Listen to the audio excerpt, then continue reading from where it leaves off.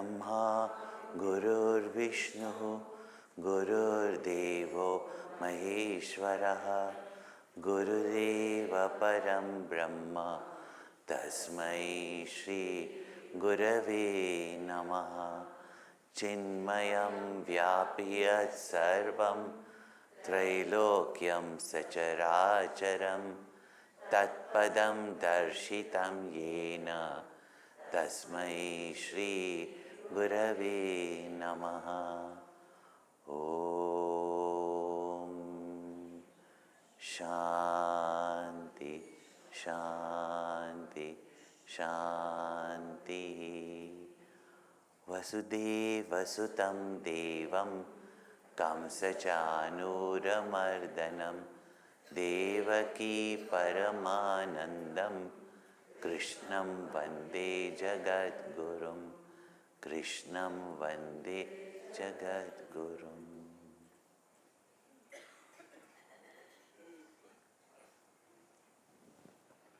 Now we can see from nature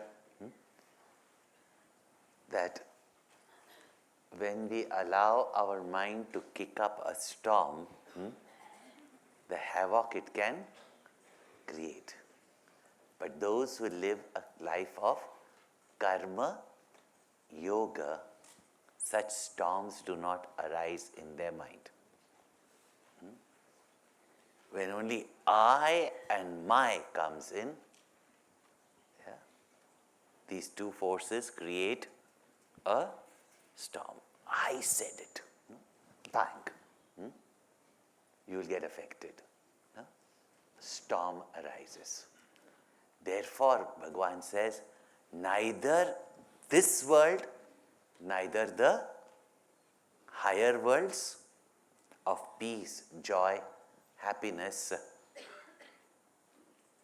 neither such a person can live a life here in this life with peace and harmony. What to talk about attaining the reality. So here Bhagavan has told Arjuna that all yajnas arise out of karma, and all these yajnas have been prescribed by the Veda, and Veda has come from Bhagavan only. Therefore, they have been all prescribed by the Veda, and therefore they are dharma, and they should be performed. At the same time, we must understand the limitation of action, and people get so attached to their sadhana, their means, without reaching the goal.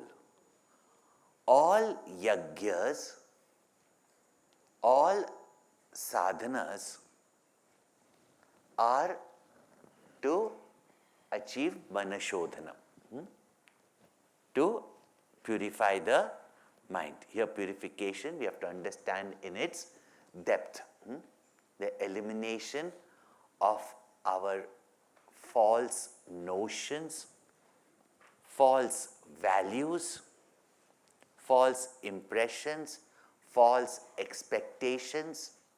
From those expectations arise desires, attachments, then reactions in the form of excitement or disappointment, likes, dislikes. All this is to be understood as elimination of all of them is the what we call as purification of the mind, of vasana purgation. So karma yoga can take us up to that limit, and it is essential because without the calmness of the mind, the integration of mind and intellect, what separates us are our ego and egocentric selfish desires. Until and unless that does not happen, we don't have a contemplative inner equipment.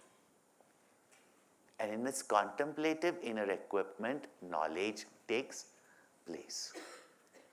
So those who have lived a life of karma yoga must understand that liberation, total freedom, permanent happiness can be gained only from that which is permanent, that which is infinite, that which is everlasting, that which is complete. And that which is infinite and complete cannot be something other than me. Because if it's other than me, it's limited, as I am limited right now. No? And therefore, this self, this infinite reality, which is present everywhere, at all times, at every era, which was there in the beginning, which is there now, and which shall ever be, which is all pervading, eternal, cannot be separate from me. And that which is here and now and which is me is separated from me, not physically, not through space, not through time. It is not to be attained somewhere far away or through some transformation at a later period of time, which is in the purview of action. Therefore, it has only to be known.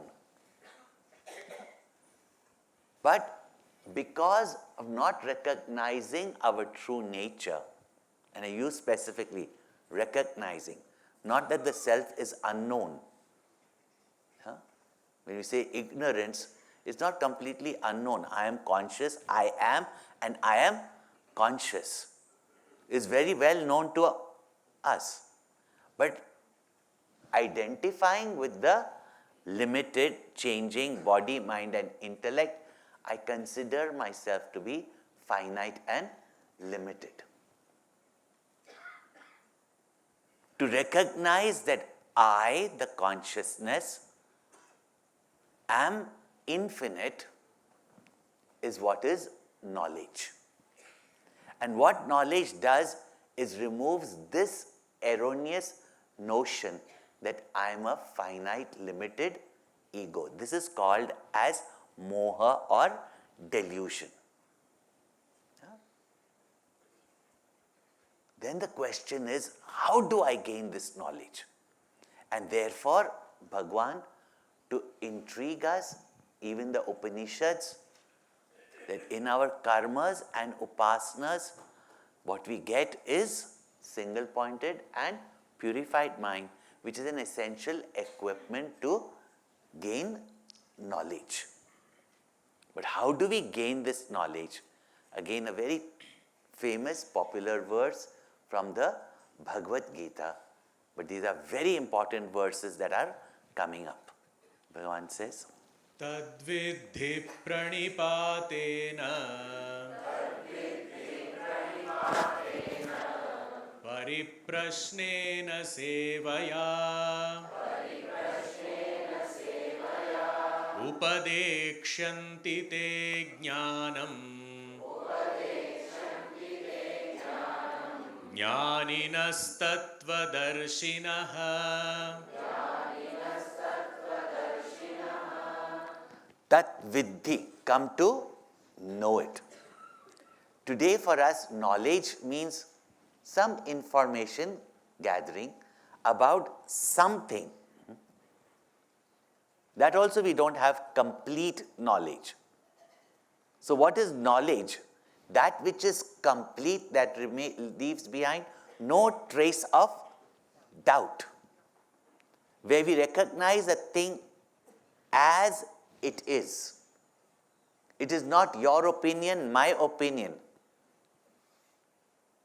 That once we know it, there is nothing else that can negate it. That is called as knowledge. And this knowledge, tat vidhi, know that. How? Pranipatena. By long prostration.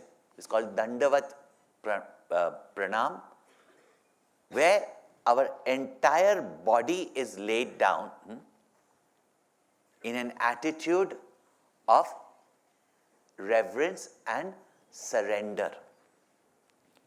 And it says Sashtang Pranam when they say also that all the limbs of our body which are protruding like the head, nose, chest, all these 8 limbs should be touching the ground. This is what you call physical prostrations. Plus also 8 is Prakriti. If you get Sankat Mochan Hanumanji, the causes of all our problems, this 8-fold Prakriti or Maya, which is 8-fold, made up of 5 elements, and then mind, intellect and ego, because body is made up also of the 5 elements.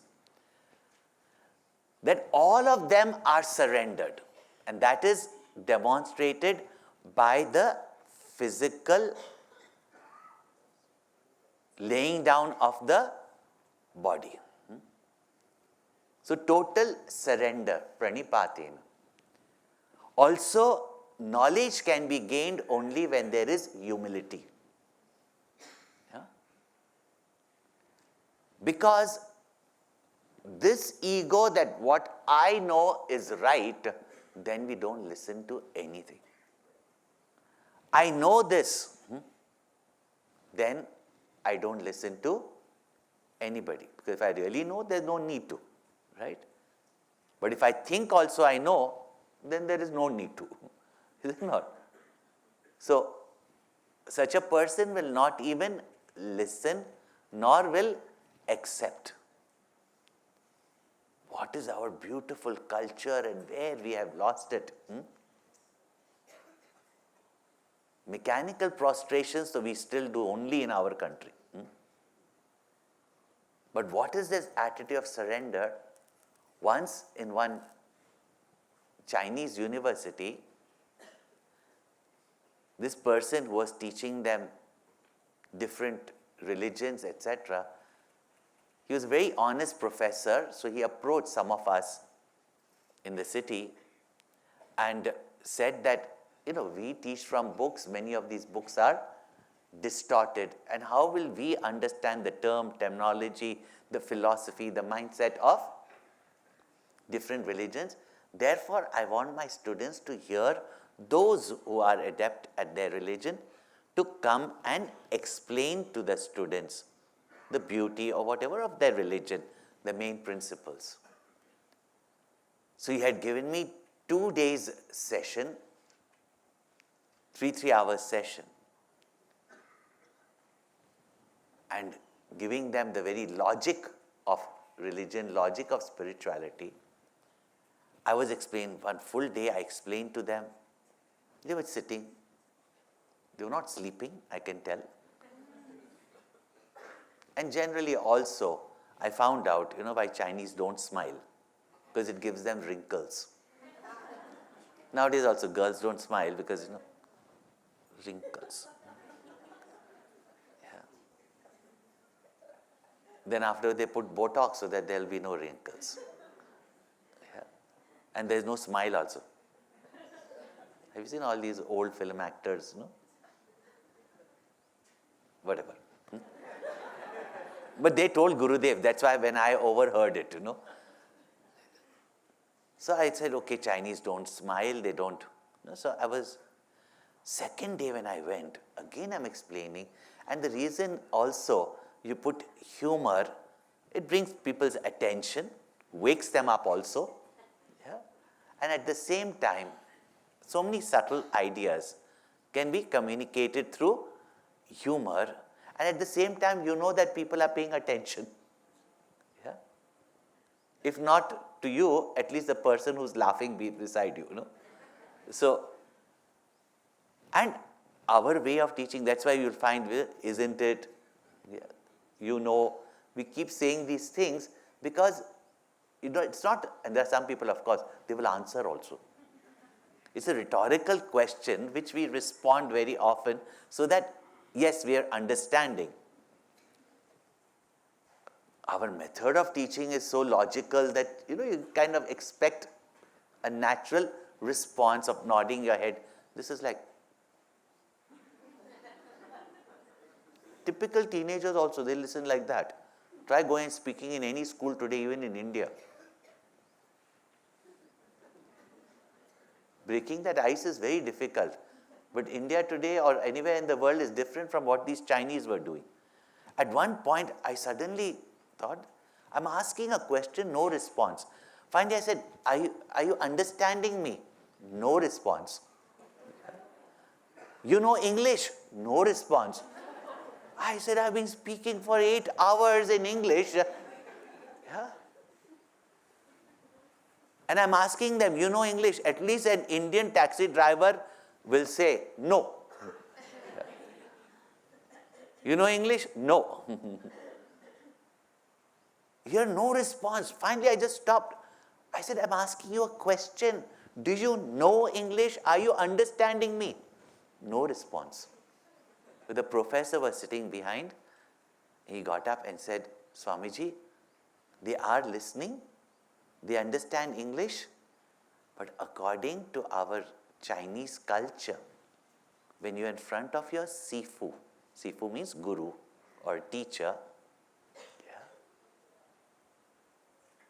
you must be like an ignorant person and never say that you know. By saying you know, you're telling your teacher, okay, enough, I don't want to hear anymore.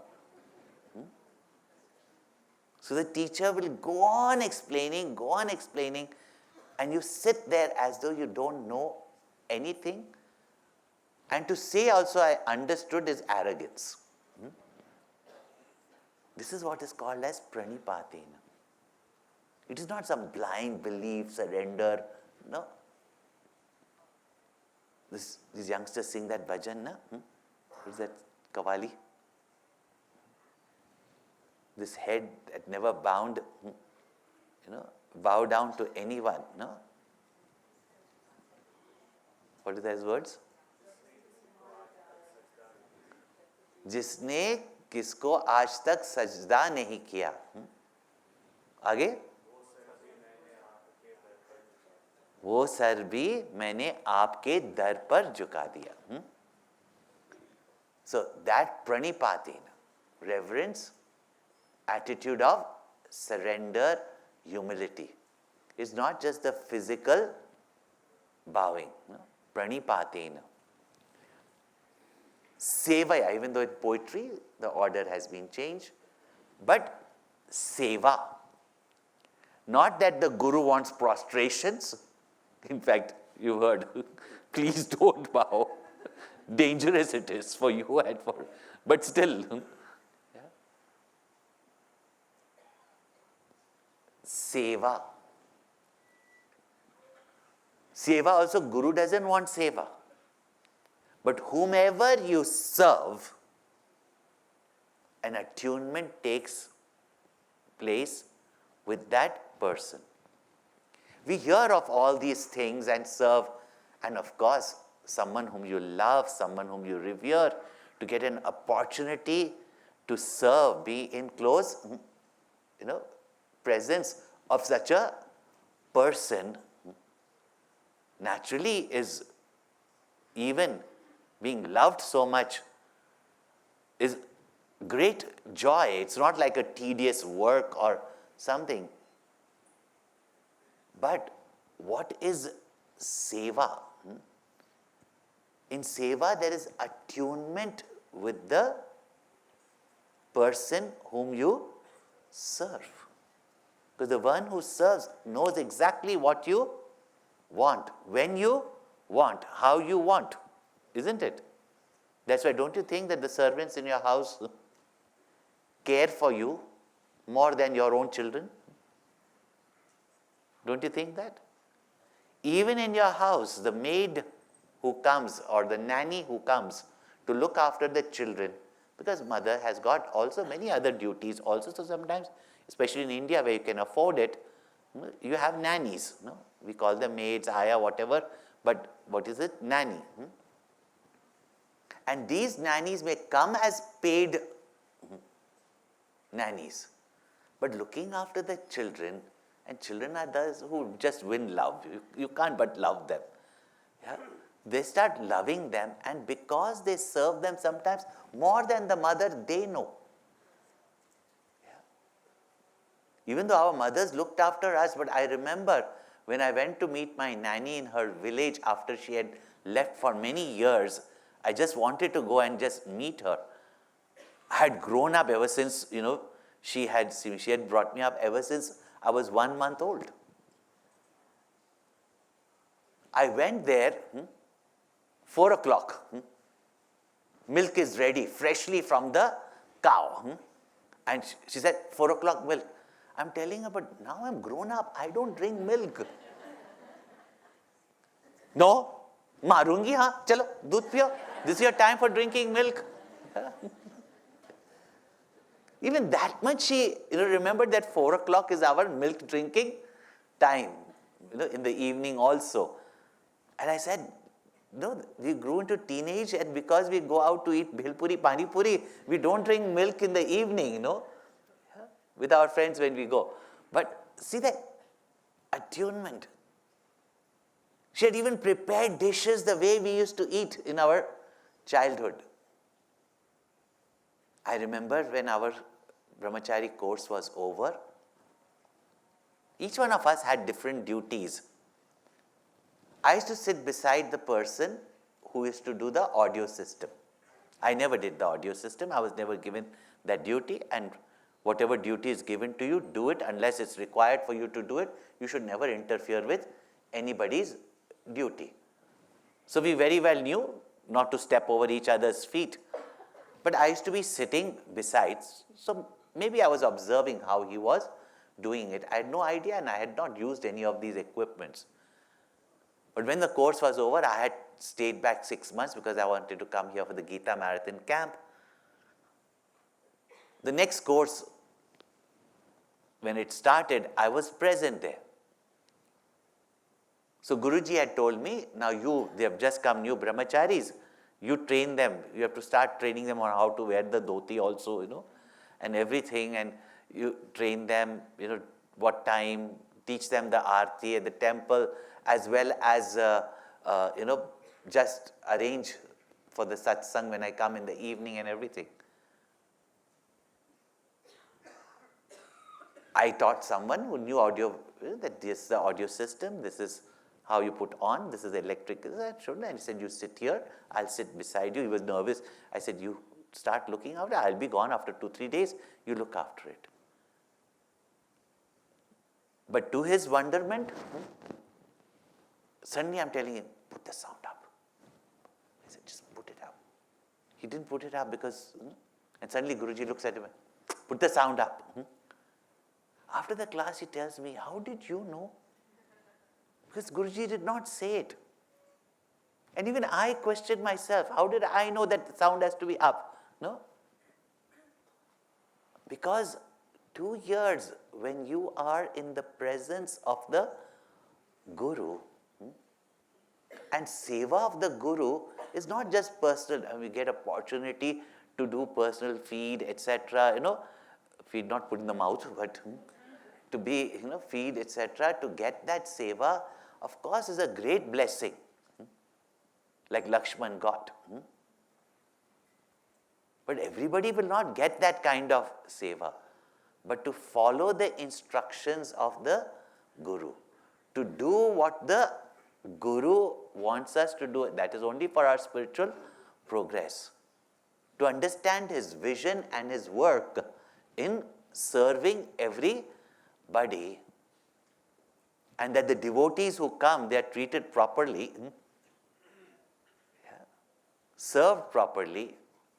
This is all called as seva. And with that seva, when we follow the instructions of the Guru, that attunement takes place. And as Gurudev used to say, Attune means if you break it up, it is at 1 mint. See, it was just getting information to write an examination, to get marks, to get a job.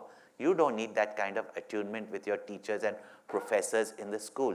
But if you want an insight into a subject, your minds have to be together. Therefore, seva. And pariprashnena. That whatever doubts, when you are in presence of the Guru, not doubt the Guru, but when you are in the presence of the Guru, you will be gaining knowledge. Get Gurudev's book, Every Breath a Teaching. Not only from his discourses and satsangs, you just walked with him. You just saw him work on the desk.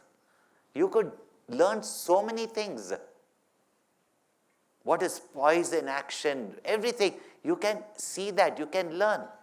You can see what is dedication. He never got tired. He never complained about work. All that when you see,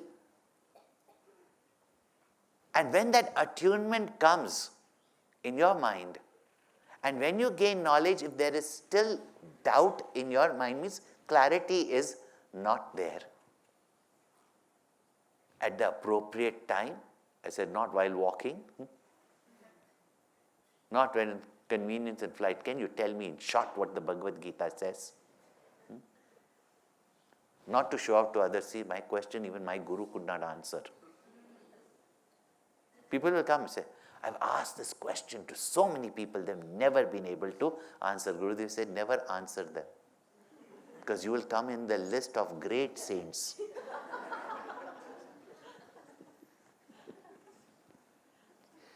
Yeah. With humility, whatever is your genuine doubt, ask. Because from there, not like, what may Guru think about me? Am I that foolish? What will others think about me? Or sometimes to show to others my question. And which questions to ask in Viveka Chudamani? Even those have been said. And that reminds me, because you all want to hear about Gurudev now, so what if it takes a little time? Chalega, na? Yeah? Otherwise I could finish it in this class. But it's so important that from life experiences, first camp when we came here, we were only two youngsters, just two youngsters. And really speaking, we didn't know what mission, nothing.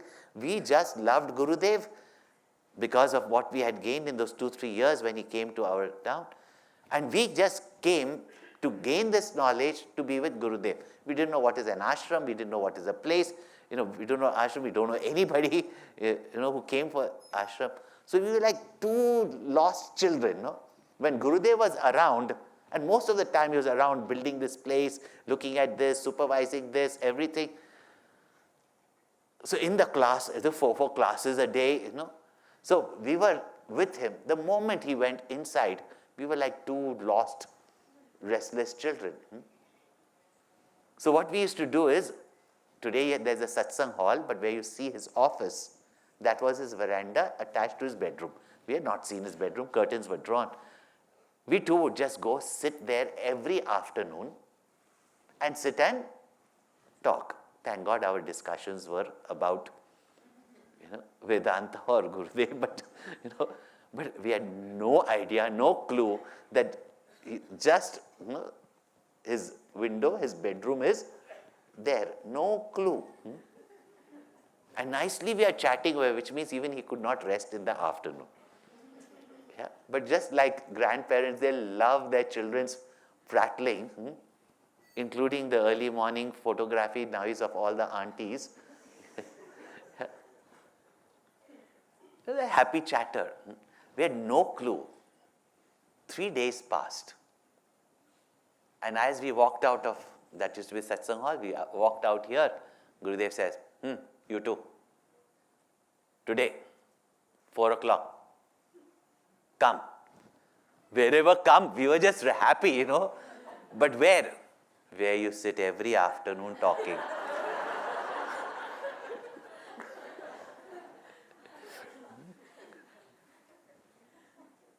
God, we wanted to just go underground. Yeah. But we were so excited, we didn't even think about going underground. We just went there. We didn't even think that we were sitting there disturbing him or whatever. But we went there. And that was the only rare chance. Gurudev was setting his itinerary. He was sitting outside on that veranda. And just as you've seen the show of clouds, every camp I tell people these stories and I tell them, Siddhbadi will show you. Because whole nature. So, we went and sat there and the mountains as usual were covering and he was telling us, see how shyly the mountains have brought down the curtains of the clouds while it shyly dresses in its frilly frock of snow. And we are sitting and asking him, Gurudev, do you write poetry? And even though I was very quiet, I saw that now where the Vidhan Sabha is there, that land was the open land. Seeing Gurudev, how he had to come in those trains, sometimes the train's late, and in those trains, and sometimes at the platforms, we all had to sit there. I'd seen all that on the very first trip. So I was telling Gurudev, I said, Gurudev, can we not have a helicopter pad there for Gurudev? I was only thinking that, And he was laughing and saying that, it's not impossible for you all to create a helicopter pad. And that time also I thought, yes, good to do one day. That time I had no idea of becoming a brahmachari. But I'm going to raise money and I'm going to make this helicopter pad for Gurudev, that he doesn't have to come. And 2 hours we were sitting there chatting these things. Next day, morning class, Viveka Chudami. Gurudev starts up. When you approach a guru, you don't ask him about share markets, you don't talk about these, we did talk about that, but what are the questions that we should ask? Yeah. About health. They can answer about that also. But what are the questions? What is bondage? What is liberation? Yeah. We hear terms like not self, then we hear words as Atma, Brahman, God. These are the questions. Don't waste the time of such a guru. So, pariprashnena, that's why, clearly ask your questions. Which questions? Pertaining to this self-knowledge, which cannot be read from mere books. Yeah? You cannot Google it. You cannot just watch it over YouTube. YouTube, you can get the knowledge. But if you have a doubt or a misunderstanding, why in presence? In YouTube, in Zoom also you can switch it off. But in presence, when the guru is seeing whether you're understanding, not understanding, explain in different ways. Your face also shows a doubt. You don't have to always ask a question. No pretendence. So therefore, pariprashnena. So 3 things. Not just physical bowing down, but physical bowing down demonstrates my attitude of surrender. Because even physically, to bow your head down to anybody, not an easy thing. Therefore, surrender of your ego, seva, attunement with the Guru, pariprashnena, your interest in knowing. And as per your question, the teacher understands where and why, in spite of even listening, you still have a doubt. Upadikshanti te jnanam jnaninaha tattvadarshinaha. They will give you upadesh. They will instruct you clearly, guide you clearly. And Approach which guru? Jnaninaha tattva darshina. Those who have, and in the Upanishad also it is said, Mundaka Upanishad, approach a guru who is Shrotriya and Brahmanishta. Here it says Jnani. Not just theoretical knowledge, but that means of knowledge which is the Upanishads from the Veda, which reveals the truth. That's why it is revealed knowledge. It's not some man's opinion or concept or ideology or philosophy. It is the knowledge of the truth. And this infinite truth cannot be described in words, nor can it be our presumptions or inference or object of our knowledge. And therefore, a mere person who has studied the scriptures thoroughly, there are scholars, there are professors who have a very good knowledge of Sanskrit, they have studied the scriptures, they know the different philosophy, the 6 different schools of philosophy that some of you curiously want to know why.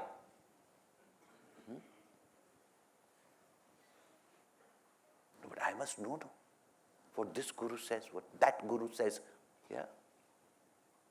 Now also in life, if you can have partner, this partner or that partner, confused only. Yeah.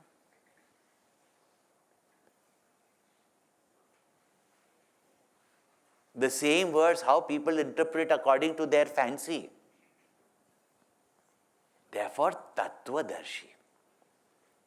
A mere Tattvadarshi who has realized the truth through Guru Kripa or past samskara and doesn't have the language to explain in different ways also cannot be a guru.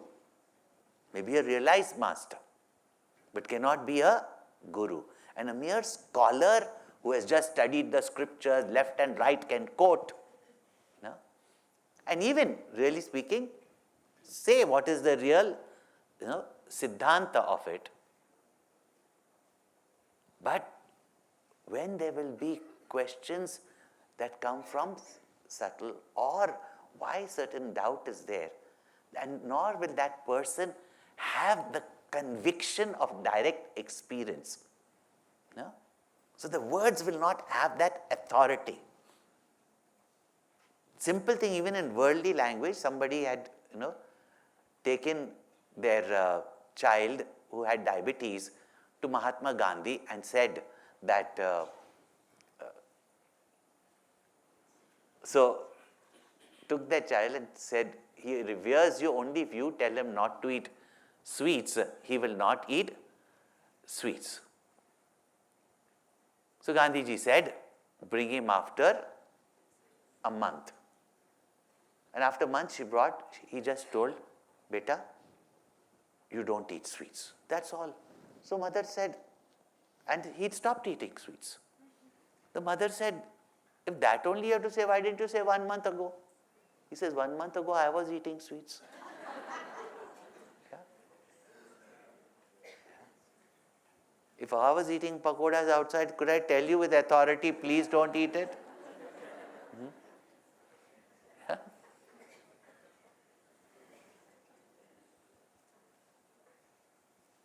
Then some with sniffing nose, allergies, stomach problems. All you can say, I told you. Other there'll be a doubt. Maybe, So please understand that Jnanina Tattvadarshina. Now, knowledgeable person we can recognize. Person who can remove our doubts also we can recognize. A scholar can also do it. But to inspire us. Yeah? So how do I know my guru is realized? Gurudev said if they had horns or length of their tail you could measure. Yeah? who can clear your doubts.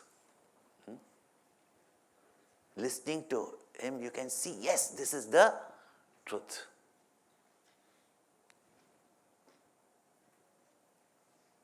You are getting inspired. And if you get a chance for close observation, don't sit and judge them. But their life is an inspiration to you. Then, to such a guru, you surrender. And we have common sense. That is, oh, I surrender, blind belief. And what if I got a wrong guru? Or if you are a sincere seeker, even a crook cannot cheat you. And even in the field of spirituality, if there are cheats, it's because there are fools. It's supply and demand.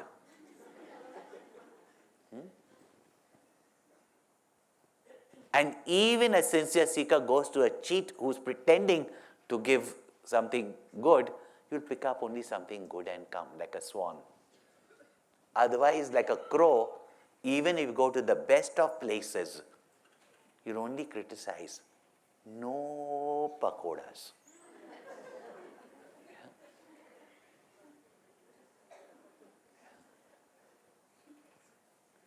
I mean, couldn't Swami give another example? Only pakoras. There are momos and pizzas also available. Swami doesn't know, right? What does this guru know? Nothing, Yeah. He's telling people not to eat pakoras, but they are going eating momos.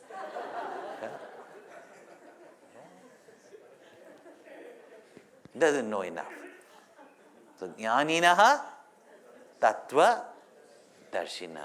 And such a person only will have that patience, because such a person who sees the self does not judge you, does not condemn you. Whatever such a person will do will be only for your well-being, or do means instruct, will be for your well-being. Om Purnamada Purnamidam Purnat Purnamudachyate Purnasya Purnamadaya Purnameva Vashishyate. Om Shanti Shanti Shanti. Hari Om. Shri Gurubhyo Namaha. Hari Om.